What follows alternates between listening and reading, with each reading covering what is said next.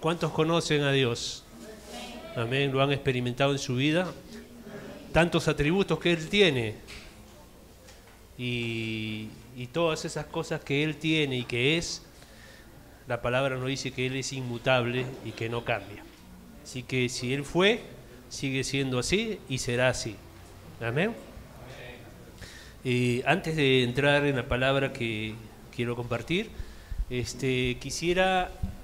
cantamos al final una canción que está basada en Romanos 8:35, ¿no?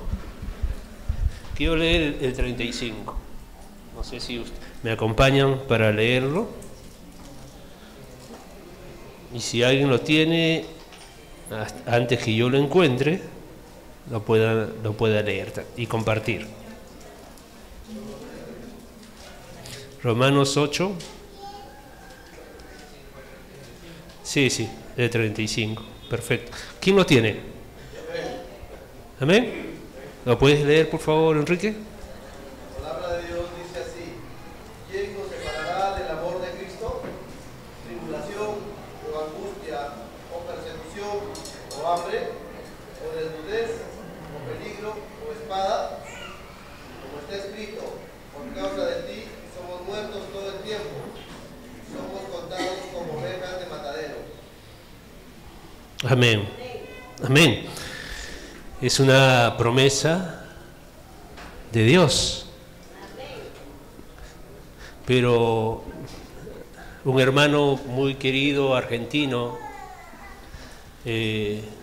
nos enseñó, nos habló de que siempre la palabra de Dios hay que ubicarla en el contexto de la Escritura, ¿no? Si yo agarro un versículo, ese versículo aisladamente, yo lo puedo entender, pero tengo que entenderlo en el contexto en que está escrito. Y miren el contexto, ¿no? ¿Quién nos podrá separar? Dice, ¿no? 35. ¿Quién nos separará del amor de Dios, de Cristo? Tribulación, angustia, persecución, hambre, desnudez, peligro, espada. Si se dan cuenta, está hablando de situaciones que enfrentamos, ¿no? En ningún momento habla de pecado, ¿no es cierto? ¿Están de acuerdo conmigo? Entonces, ¿quién nos puede separar? Claro, estas cosas no me pueden separar del amor de Dios. Aunque las enfrente, el amor de Dios está conmigo y nada me podrá separar.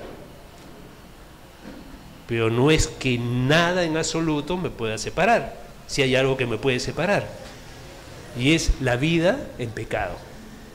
¿Está bien? Si yo soy un hermano que tengo que hacer ajustes en mi vida porque tengo una vida de pecado, no es que peque, sino tengo una vida de pecado. Vida de pecado quiere decir, tengo un pecado que cometo y lo sigo cometiendo y no cambio. Y por más que mi coyuntura, por más que la palabra me dice que tengo que dejarlo, sigo tercamente y sigo haciéndolo. Entonces ahí sí hay algo que me puede separar del amor de Dios. Eso.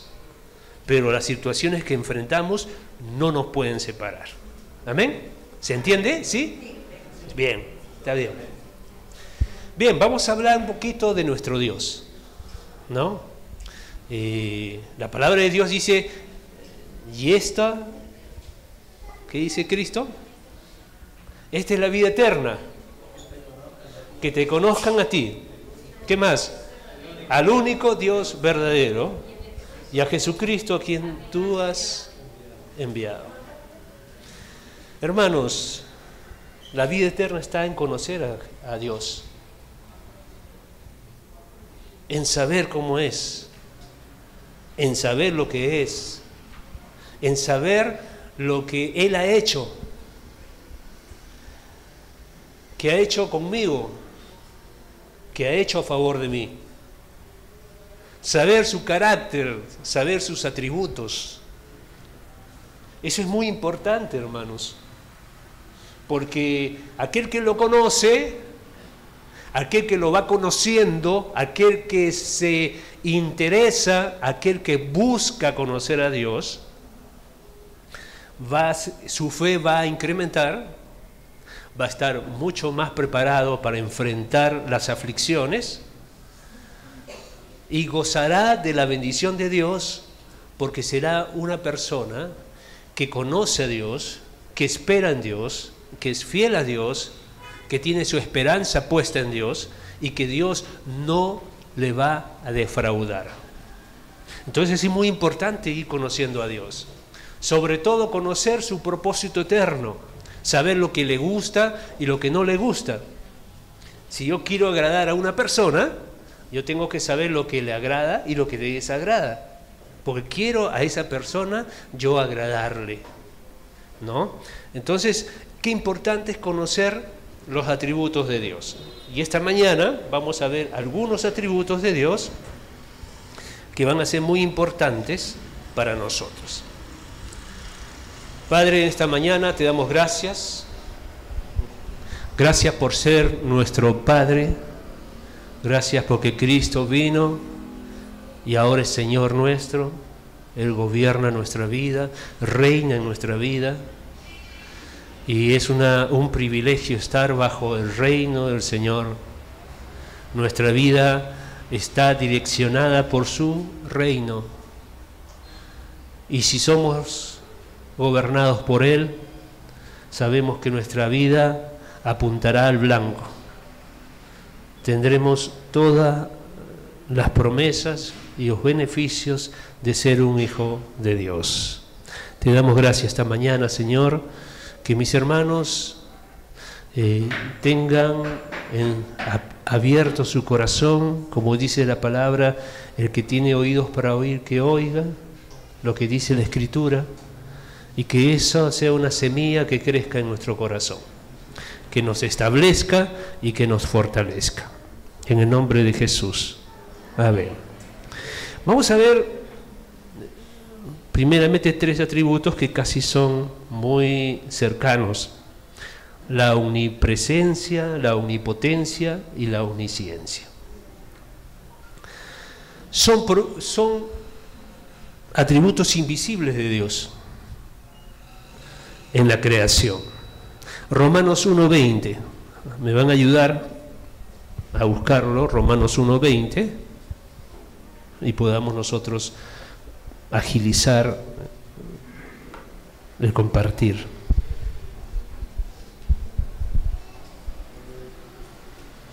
¿Alguien lo tiene? Por favor. Dice la palabra, porque las cosas invisibles de Él, su eterno poder y deidad, se hacen claramente visibles desde la creación del mundo, siendo entendidas por medio de las cosas hechas, de modo que no tienen excusa. Amén. Lo vemos en el Verbo que se hizo carne. Se hizo hombre, se humilló a sí mismo y manifestó a todos los hombres todos los atributos de Dios. Jesús, siendo Dios, se hizo hombre.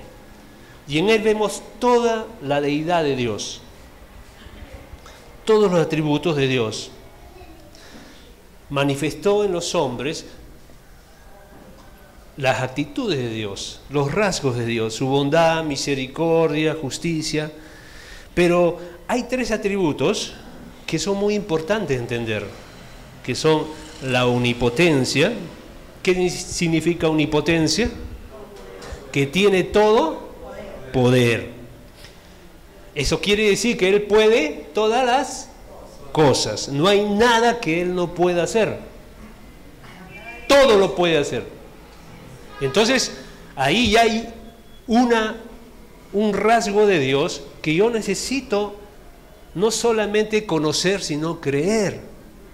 Si Él todo lo puede, Él no tiene límites para hacer, inclusive lo que a veces pidamos.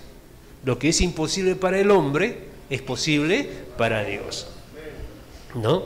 Entonces, tu Padre es omnipotente. Todo lo puede. Imagínate tener un papá así, ¿no? Si te pones a pensar en un padre natural, un padre que todo lo puede, no hay nada que él no pueda hacer. Qué tremendo para un hijo, es algo de admirar. Y nosotros como hijos de Dios, en la posición de hijos de Dios, tenemos que tener certeza. Y eso nos tiene que dirigir, nos tiene que establecer y nos tiene que fortalecer. Porque mi Dios, que es mi Padre, es todopoderoso. ¿Amén? Otro atributo es la omnisciencia. ¿Qué quiere decir omnisciencia? Todo lo sabe. Él conoce todas las cosas. No hay nada que Él no sepa. No tengo que informarle nada, no tengo que decirle nada. Él ya lo sabe. Antes que abra mi boca, Él ya conoce lo que voy a hablar. Así que Él conoce todo. Si Él conoce todo, de mí, de ti, entonces está pendiente de lo que tú necesitas. Sabe de lo que tenemos necesidad. Sabe de lo que yo enfrento. Sabe mis pruebas. Sabe mis luchas. Es un padre que no desconoce lo que sus hijos pasan. Así que podemos tener confianza en un Dios que es omnisciente y que conoce todas las cosas. No solamente las conoce, también conoce lo que yo necesito. Así, si conoce lo que yo necesito, muchas veces yo pido y no son lo que yo necesito. Pienso que las necesito, pero Él, que todo lo sabe, Él sabe muy bien lo que yo tengo como necesidad. A veces oramos y son cosas que queremos, caprichos, cosas que nos gustaría, pero quizás no sean necesidades. Pero Dios siempre nos va a dar lo que necesitamos. Esa es nuestra certeza. Porque Él conoce lo que tú necesitas, lo que yo necesito. ¿Amén? Entonces, yo puedo, si mi padre me conoce, yo puedo andar por la vida sabiendo que mi papá me va a proveer mi necesidad, lo que necesito. Y eso quita la angustia, quita la ansiedad. ¿Qué voy a hacer mañana? De repente no tengo trabajo, ya tengo más de 60 años, de repente ya no me van a dar trabajo, ¿no? Y comenzamos a entrar en un círculo de ansiedad, de angustia. ¿Qué pasará mañana? ¿Qué pasará con el paro? ¿Qué pasará con esto? Pero mi Padre, que todo lo conoce, que todo lo sabe, sabe también lo que yo necesito. ¿Amén? Otro atributo es la omnipresencia. ¿Qué significa la omnipresencia? Que está en todos lados. Cuando yo estoy en problemas, ¿está conmigo? Cuando enfrento luchas, ¿está conmigo? Entonces, Él está conmigo siempre. A veces se manifiesta, a veces no, pero que está conmigo, está conmigo. Ahora, si alguien poderoso, alguien omnisciente, alguien está contigo, donde estés, está contigo, ¿no te da seguridad?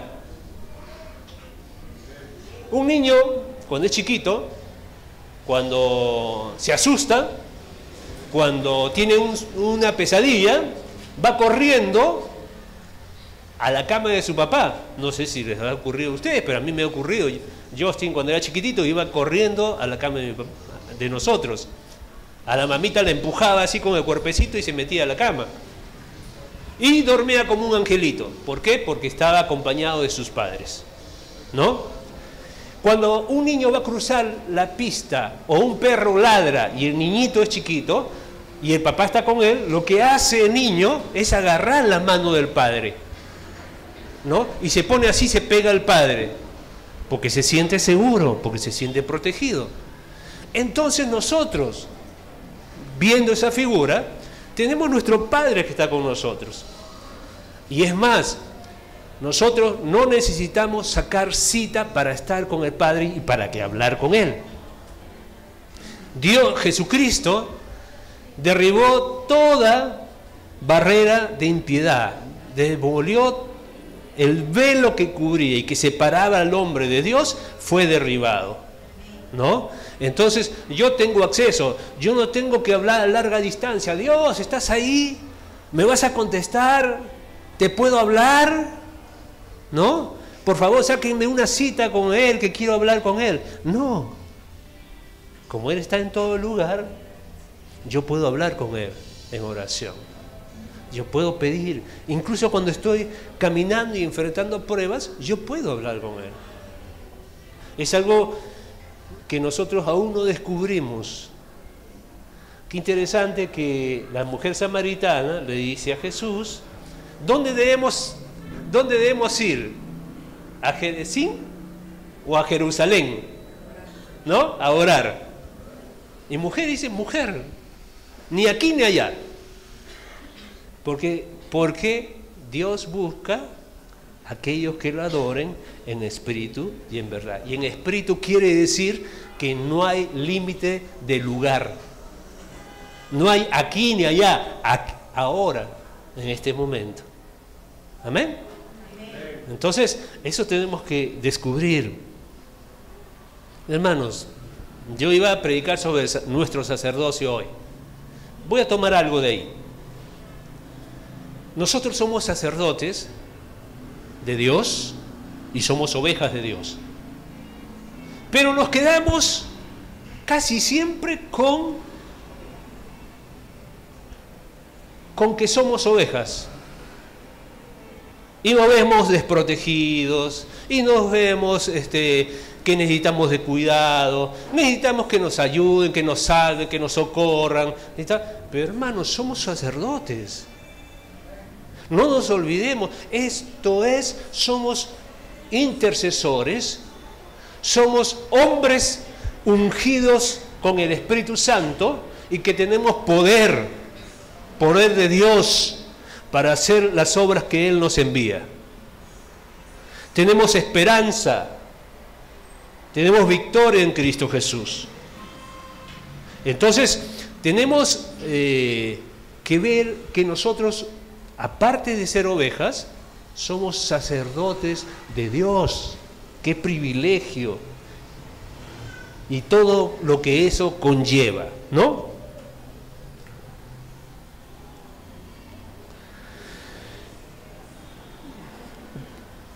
Dios Todopoderoso se revela a los hijos que Él crea y los cuida.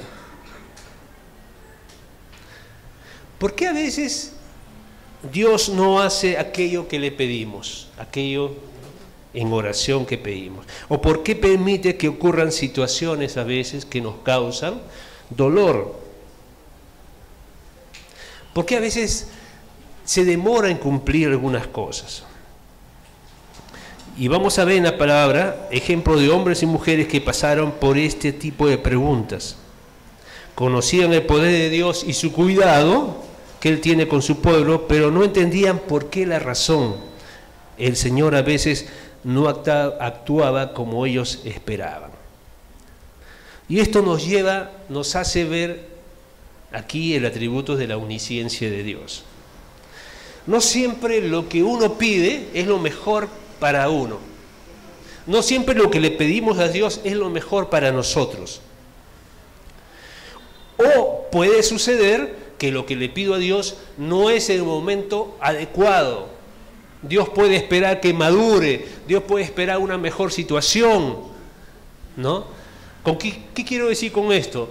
Que Dios, por su omnisciencia, sabe el momento y sabe lo que Él tiene que dar a nuestra vida. ¿Se entiende eso? ¿Se entiende? ¿Sí? Pero lo que tengo que ahí un poquito nosotros meditar, que no es porque Dios se olvidó de nosotros, porque aquí algunas veces nos pasa, ¿no? El diablo pone mentira, no, Dios no me contesta porque Dios se ha olvidado de mí, no me tiene en cuenta, no me ama tanto. Y no es así, hermanos.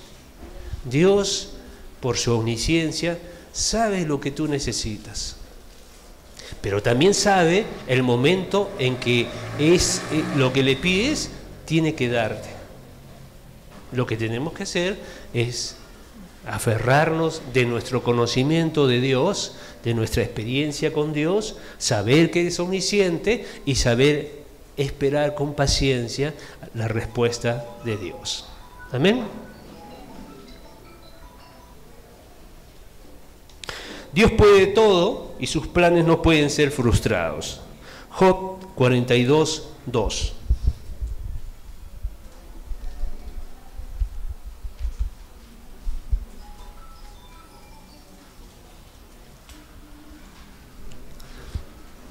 ¿Alguien lo tiene, por favor? Por favor, pueden leer.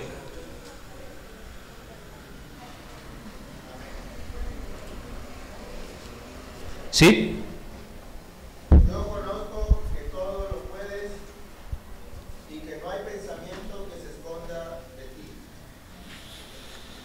Job, después de pasar, de conocer a Dios, no lo conocía de una manera, sino él dice, no, de oídas te había oído, pero hoy mis ojos te ven. O sea, él había escuchado, él había conversado con otros, pero no lo había conocido realmente como es. Y Dios quiere hacerse conocido. Dios quiere que nosotros lo conozcamos, lo experimentemos. En tiempos como los de hoy, que hay tanta inseguridad, donde hay engaño, estafas, injusticias, es muy bueno poder confiar en Dios, en ese Dios que sabe todas las cosas y que también sabe el momento adecuado para que las cosas puedan suceder. La omnipresencia de Dios nos consuela a todos los que esperamos en el Señor. Si Él puede hacer todo y sabe lo que es mejor, pero yo todavía no veo el milagro suceder, puedo disfrutar de su presencia constantemente, en cada situación, en cada prueba, en cada lucha y en las muchas victorias y alegrías. El Dios que nos provee, alimenta y cuida, nos manda a caminar con Él, tener comunión con Él, confiar en Él, obedecer su palabra de una manera sencilla y luego descansar en Él. ¿Amén? Amén. Vamos a ver ahora otro atributo de Dios, la fidelidad. Para eso vamos a ir a Mateo 7, versículos 7 al 12. Mateo 7, versículos 7 al 12. Muy conocido sobre la oración, ¿no? Pedid y se os dará. Buscad y hallaréis. Llamad y se os abrirá. Porque todo el que pide, recibe. Y el que busca, halla. Y al que halla, se le abrirá. ¿Qué hombre hay de vosotros que si su hijo le pide pan, le dará una piedra? Y si le pide un pez, le dará una serpiente? Pues si vosotros, siendo malos, sabéis dar buenas dádivas a vuestros hijos, cuánto más vuestro Padre Celestial, que está en los cielos, dará buenas cosas a los que le piden.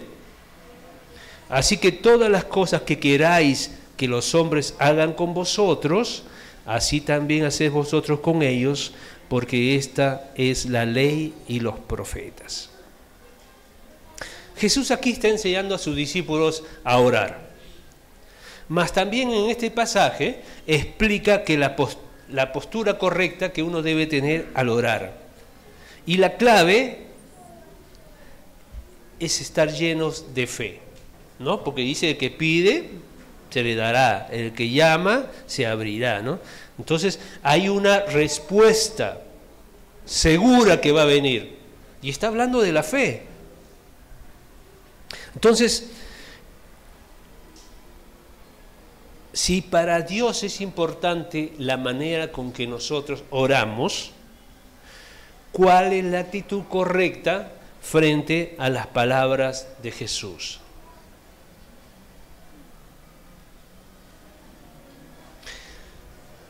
Dios es fiel. Dios no muda, no cambia. Dios no miente. Dios lo que promete, lo cumple. Dios es inmutable. La palabra de Dios dice que en Él no hay ni sombra de variación. Lo que Él dice, lo hará. Y Él es fiel por su naturaleza. No es fiel porque yo lo merezca, o porque yo lo haga o no lo haga. Él es fiel. El matrimonio es un ejemplo de la fidelidad de Dios. Nos casamos mediante un pacto matrimonial, un compromiso. Y así me haga mal mi esposa, yo voy a ser fiel a ella. Esa es la diferencia del amor de Dios derramado en mi corazón con el amor humano, ¿no? El amor humano, me tratas bien, yo te trato bien, me tratas mal, yo te trato mal. Pero Dios no es así. Dios es fiel. Pero también, si yo conozco que Dios es fiel, yo tengo que tener una postura correcta cuando oro. Correcta con la de un hijo de Dios. Y miren lo interesante. En primer lugar, vemos que un hijo pide a su padre.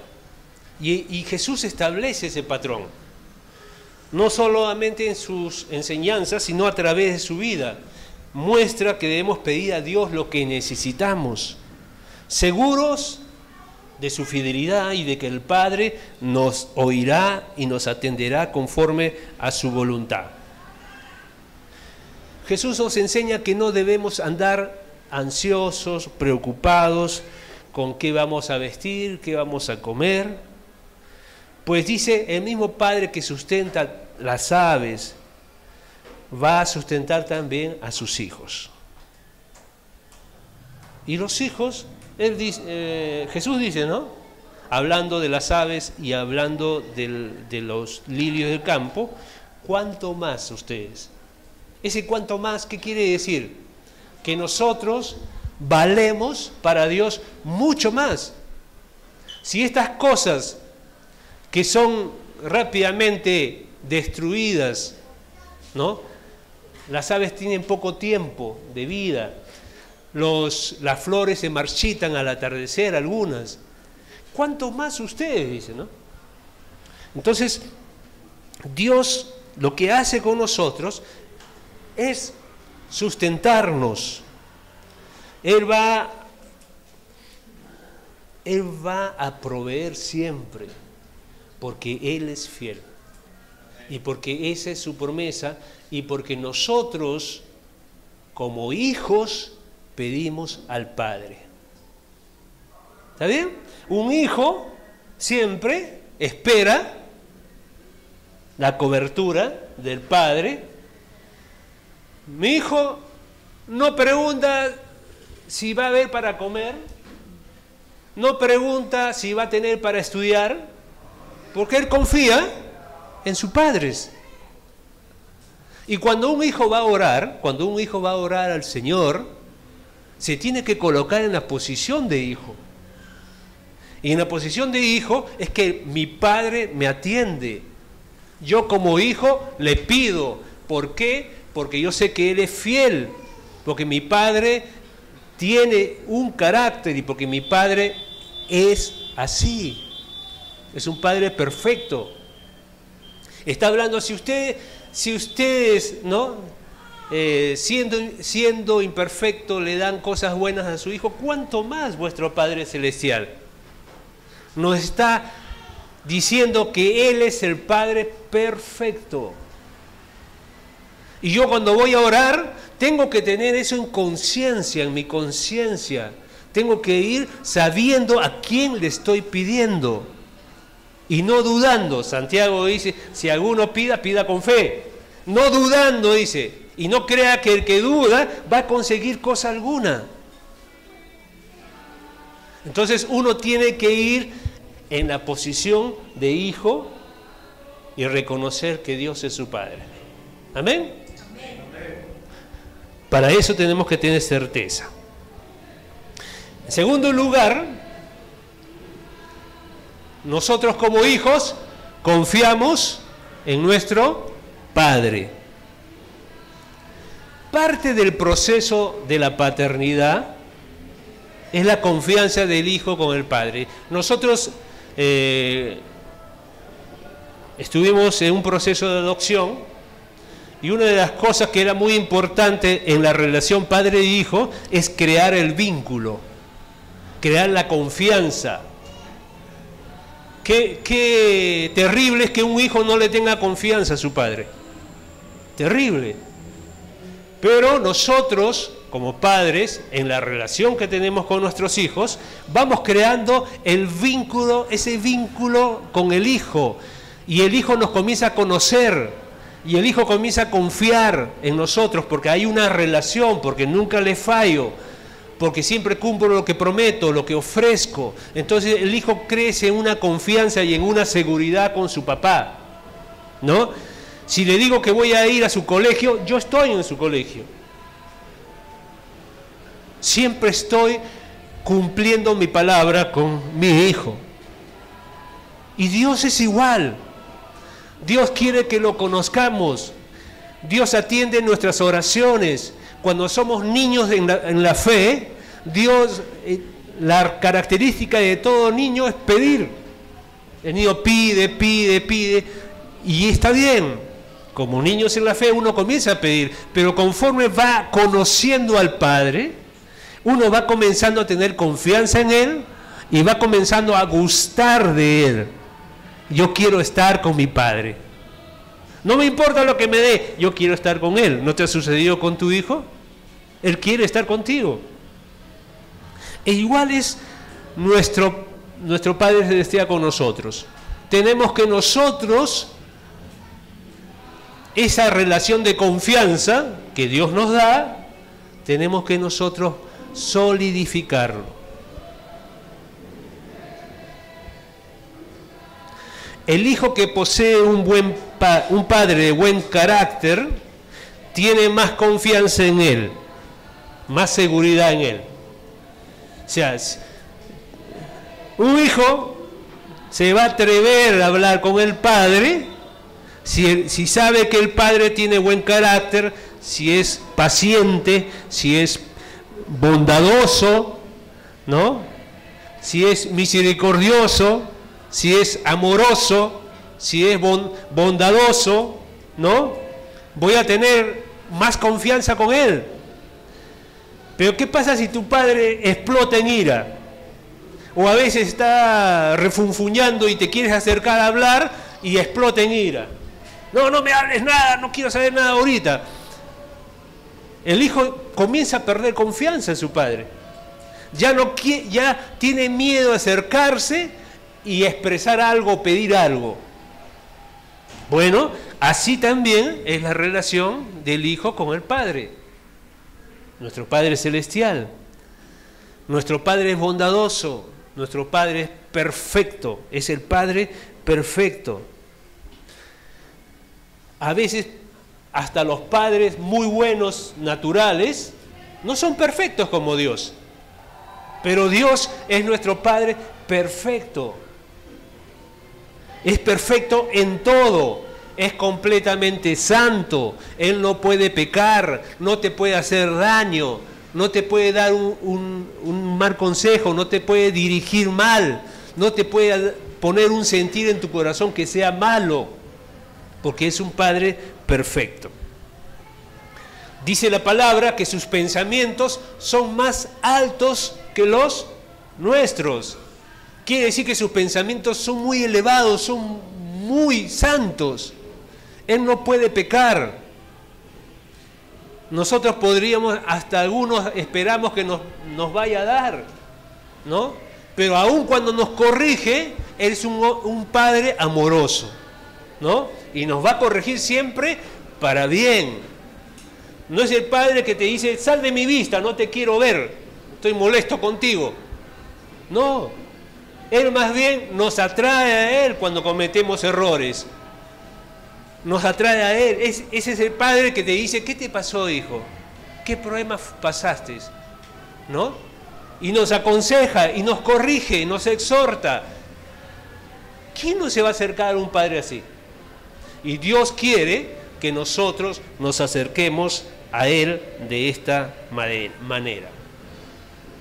Si el Padre es así, si nuestro Padre es así, nosotros podemos poner nuestra vida en sus manos, podemos confiar en Él, con la certeza de que Él sabe lo mejor para nosotros y que Él es fiel. ¿Amén? ¿Tenemos un Padre perfecto? ¿Ese es tu Padre? ¿O no lo conoces de repente? Porque esta es la vida eterna, conocerle a Él. Y tenemos que conocerlo no solamente con el pensamiento, sino tenemos que experimentarlo.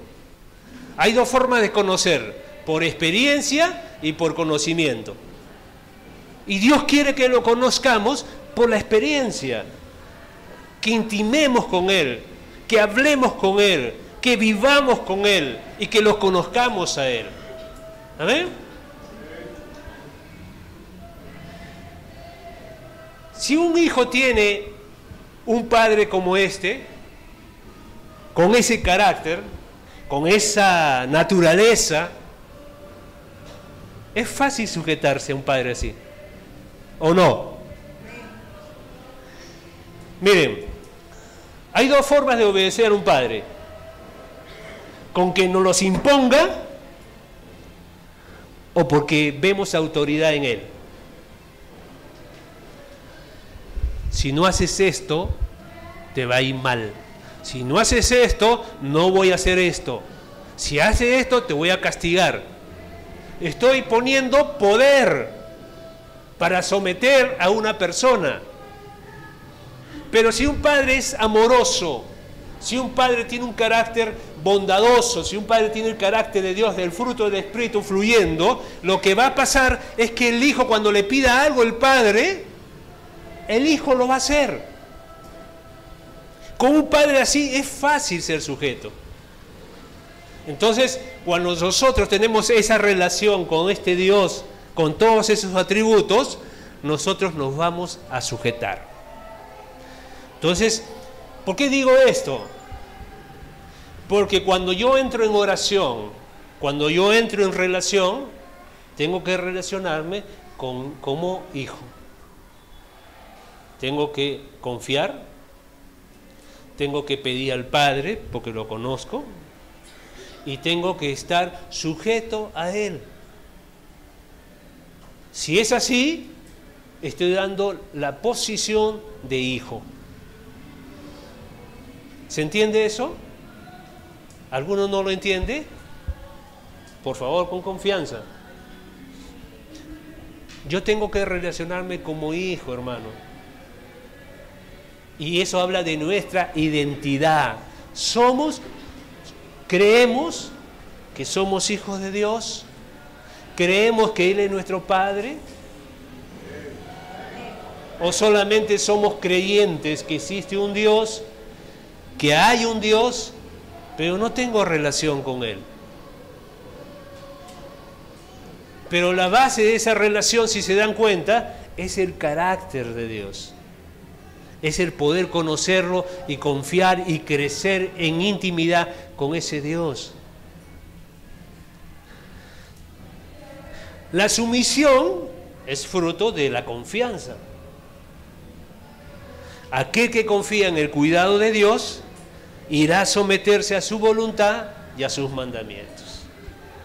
Porque confío en Dios, yo me sujeto a Él y soy sumiso a Él. Porque confío en Él. ¿Y por qué confío en Él? Porque lo he ido conociendo, porque lo he ido experimentando, porque conozco todos sus atributos. Entonces puedo yo confiar en Él.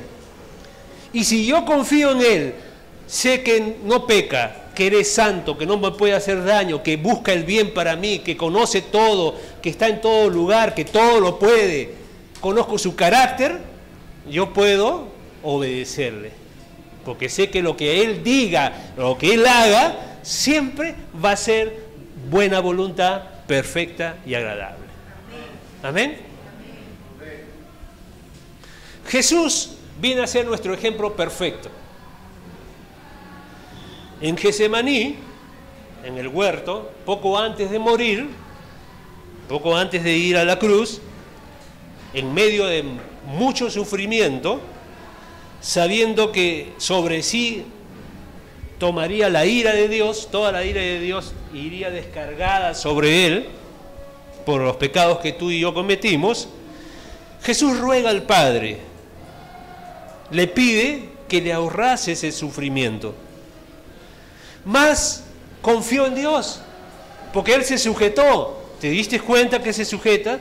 Mas no se haga lo que yo quiero, dice, sino haz tu voluntad. ¿Por qué lo pide? Sí. Porque él conocía a Dios, porque él confiaba en Dios, porque sabía que lo que Dios decidiera iba a ser lo mejor. Entonces nosotros tenemos que entrar en esa esfera de conocer a Dios, ser como Jesús. El Padre quiere ser conocido, Dios quiere ser conocido por ti. Quiere que tengas esa intimidad, conozcas de Él y puedas caminar según el conocimiento y la experiencia que tengas con Dios. ¿Amén? Jesús termina su oración. Sin embargo, no sea como yo quiero, sino como tú quieres. Eso fue lo que pidió Jesús. En cuarto lugar, en esta relación de hijo con el Padre, un hijo siempre intercede por sus hermanos. Jesús habla, no lo voy a leer, en Mateo 7, apúntenlo para que lo lean en casa, versículo 12, el Señor revela que debemos hacer a los hombres aquello que deseamos para nosotros. De la misma manera que nosotros nos gozamos cuando un hermano intercede por nuestra vida, y ojo, tú estás aquí porque alguien intercedió por ti, ¿no? Por mí intercedió mi hermana, mi mamá, mi suegra, Mirchi, intercedieron por mí. Yo estoy aquí porque alguien oró por mí. Y tú estás aquí porque alguien oró por ti, por tu esposa, tu madre, tu hijo, tu hija. Alguien intercedió por ti. Entonces, de esa misma manera, debemos interceder por la vida de nuestros hermanos, pidiendo, llamando, buscando al Señor en favor de nuestros hermanos. Job 42:10. Vamos a ver acá Job, que fue bendecido cuando oraba por sus amigos. Dice, y el Señor restauró el bienestar, bueno, ahí está en otra versión, restauró el bienestar de Job cuando éste oró por sus amigos, y el Señor aumentó al doble todo lo que Job había poseído. Aquí dice, y quitó Jehová la aflicción de Job cuando él hubo orado por sus amigos, y aumentó el doble todas las cosas que habían sido de Job. Hermanos, cuando tenemos esa relación con nuestro Padre Celestial, ¿ha sido esta tu posición? ¿Ha sido esta tu postura cuando oras al Señor? ¿Hemos orado verdaderamente como hijos de Dios? Con estas actitudes y estas posturas de un hijo. Tenemos que tener nosotros un corazón de hijo, que no es otra cosa tener un corazón como Jesús, con estas características de Jesús. Hermanos, tenemos que saber que tenemos un Padre y tenemos que descansar en Él. Vamos a leer Mateo 6, 24 al 34, que habla de nuestro Padre, ¿no? Voy a leerlo, me acompañan en la lectura, voy a leerlo de corrido y vamos a ir terminando. Ninguno puede servir a dos señores, porque o aborrecerá al uno y amará al otro, o se apegará al uno y menospreciará al otro. No podéis servir a Dios y a las riquezas. Por tanto os digo, no os afanéis por vuestra vida, qué habéis de comer o qué habéis de beber, ni por vuestro cuerpo qué habéis de vestir. ¿No es la vida más que el alimento y el cuerpo más que el vestido? Mirad las aves del cielo que no siembran ni siegan, ni juntan en alfolíes, y vuestro Padre Celestial las alimenta. ¿No sois vosotros mucho mejores que ellas? Mas ¿quién de vosotros podrá, afanándose, añadir a su estatura un codo? Y por el vestido, ¿por qué os afanáis? Considerad los lirios del campo, cómo crecen. No trabajan ni hilan. Mas os digo que ni aun Salomón con toda su gloria se vistió como uno de ellos.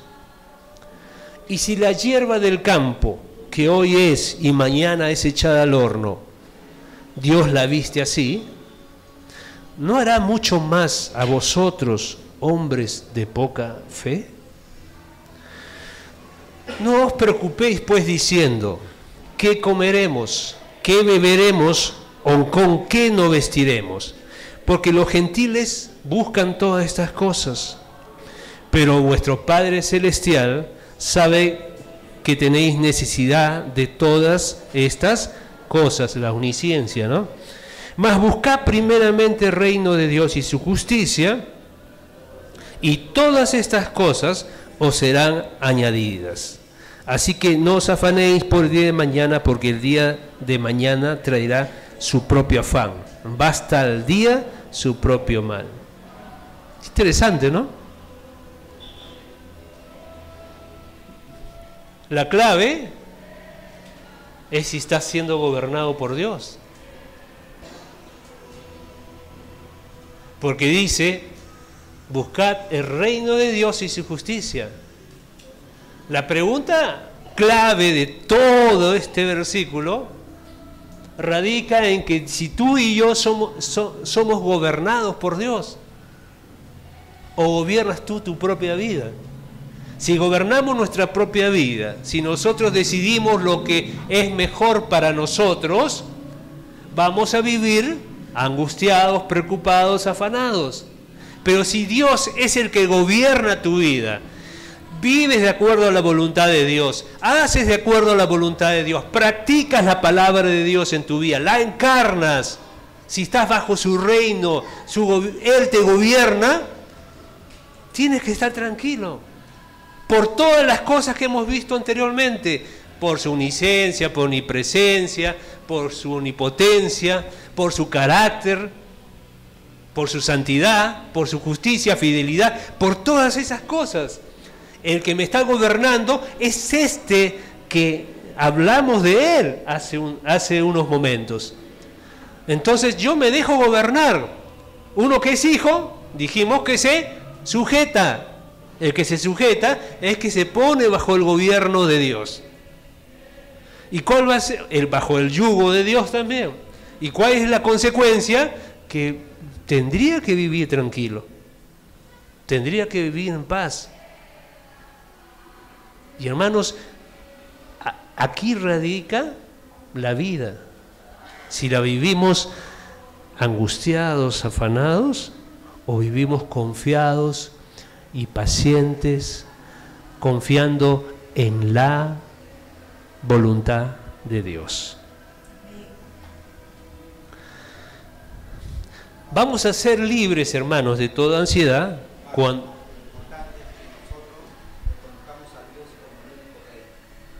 Amén. Sí. Jorgito nos dice que lo importante es que nosotros reconozcamos a Dios, a Jesús, como nuestro único Rey y Señor.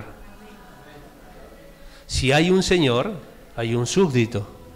Si hay un Señor, Él manda y el súbdito obedece. Si es que es Señor. Si no, voy a hacer lo que quiero.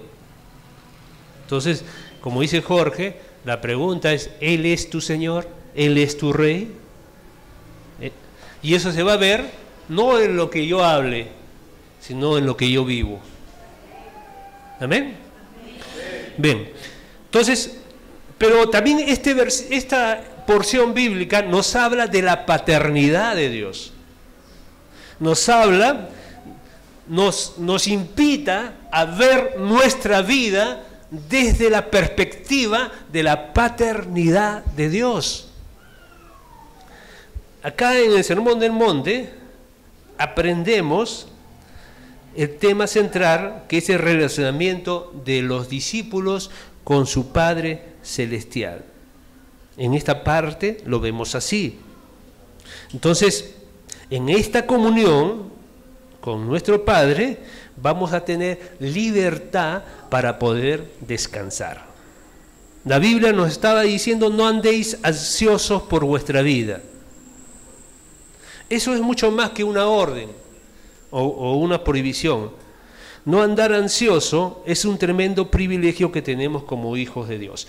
Andar es un proceso continuo, ¿no? Porque puede haber una preocupación momentánea, instantánea, ¿no? Hasta que entra el equilibrio con lo que conozco de Dios. Pero puede haber en un momento una preocupación, lo vemos en Elías, lo vemos en varios, pero automáticamente viene y hay un equilibrio. Pero el andar significa que es una costumbre, es una forma de vida. Me acostumbré a ser así, es un tipo de vida, ¿no? De andar siempre angustiado, andar siempre afanado, soluciono un problema y ya creo que va a venir otro, y comienzo a estar así, ¿no? Eso es lo que está hablando esto. Mientras que un discípulo sabe que el mismo Dios que sostiene las flores y las aves del cielo es su Padre amoroso que conoce sus necesidades y las sustenta. Ese es un discípulo, ¿no? Ese es el Hijo. Obviamente, descansar en Dios no significa esperar las cosas pasivamente, de una forma inerte, ¿no?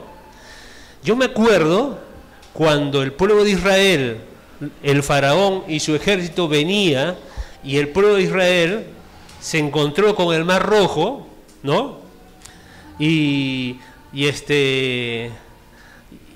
atrás tenía el ejército de Israel, acá tenía las montañas, estaba entre la espada y la pared, ¿no? Entonces, hay un diálogo ahí que habla Moisés con Dios. Hermanos, yo tengo fe, ¿tienes fe? Pero la fe te tiene que llevar a una acción. ¿Me dejo entender? Si soy Pedro, estoy en la barca, Pedrito, estoy en la barca y quiero caminar por las aguas, ¿qué tengo que hacer? Tengo que decidir hacer algo. Yo no puedo decir, sí, tengo fe en Jesús. Sí, yo podría caminar por las aguas, sí, yo creo. Pero si crees, bueno, actúa, ¿no? Pon el pie sobre las aguas y comienza a andar. Bueno, pasó algo con Moisés. Moisés estaban ahí, estaban con miedo, terror. Y lo que tenía que hacer Moisés para que se haga el milagro de Dios es agarrar el cayado y tocar las aguas para que las aguas se abran. Había una acción que tenía que hacer Moisés. Dios me va a librar, Dios me va a librar, Dios me va a librar. Si hubieran quedado así, Dios nos va a librar, pero tienes que hacer algo, tenías que poner el cayado. Entonces, nosotros no podemos esperar inertes, tenemos que actuar. Tengo fe, bueno, en base a esa fe, yo voy a tomar una decisión y voy a actuar. Esa es la diferencia. Entonces, descansar en Dios no significa esperar las cosas pasivamente, ¿no? Dios me va a sostener y me pongo a ver Netflix sentado, ¿no? Dios me va a proveer, Dios, algo va a hacer Dios, pero me va a proveer, no me va a dejar sin comer. Y me siento a ver televisión. No, sé que Dios me va a proveer, voy a salir a buscar un trabajo, voy a trabajar, voy a tocar puertas, voy a hacer esto, confiando en que Dios me va a proveer. Entonces, mi fe en el Señor me lleva a hacer una acción, a hacer algo. ¿Amén? Dice, las aves de los cielos no hacen así, ¿no? Ellas no siembran ni cosechan, pero buscan diariamente el alimento que está en el campo. De la misma forma, un discípulo puede ver que detrás de su trabajo diario, de lo que hacemos diariamente, siempre va a estar la mano de Dios. O sea, lo que trabajamos en la empresa, trabajamos en la fábrica, trabajamos en la calle, tengo que ver siempre la mano de Dios detrás, sosteniéndome. A mí no me paga un hombre, me paga Dios. Yo tengo un jefe, un arquitecto, el que me da mi ingreso, mi salario, mi mensualidad, pero yo veo detrás de eso a Dios. Es la mano de Dios sosteniéndome. Y el discípulo tiene que ver eso, porque viene tu sustento de quien tú confías. Y tú confías aquel que tú has comenzado a conocer, en el cual crees y lo vas experimentando día a día. Nuestro Dios siempre va a tener una respuesta en el tiempo de necesidad. Amén. Nuestro Padre Celestial dice que cuenta todos nuestros días de forma perfecta y hará que todas las cosas, incluso las pruebas, el dolor, el sufrimiento, siempre cooperen para nuestro bien. Si perdemos el trabajo, no necesitaremos mendigar pan. Si enfrentamos persecuciones, su amor y su consuelo siempre nos sustentarán. Si la enfermedad nos toca, el Señor nos va a asistir en nuestro lecho y nos atenderá. Cuando nuestro día llegue en este mundo de partir hacia el Señor, nuestra muerte será preciosa a los ojos de Dios, porque estamos nosotros insertados en aquel que es la resurrección y la vida, y habitaremos por siempre en la casa de nuestro Dios. Por lo tanto, 1 Pedro 5:7 dice que podemos echar sobre Él toda nuestra ansiedad, porque Él tiene cuidado de nosotros. Un hijo que conoció al Padre sabe que puede echar sobre Él toda ansiedad, toda preocupación, porque Él tiene cuidado de nosotros. Hermanos, alguien que vive en ansiedad, que vive en estrés, se paraliza, no piensa, no razona, está en un torbellino en su mente. Y Dios no nos puede usar estando de esa forma. Así que para Dios es prioritario quitarnos la ansiedad, porque Él quiere usarnos para su reino, para extender el reino de Dios aquí en la tierra. Y si estamos con la cabeza, porque es lo primero que Jesús hace con los discípulos, tratar la ansiedad de ellos, quitar la ansiedad de ellos. Imagínense, ellos habían dejado todo, trabajo, familia, y yo me imagino que estarán pensando, ¿y ahora qué haré? ¿Qué comeremos? ¿Qué vestiremos? Y Dios lo que hace primero es tratar con ellos este tema de la ansiedad.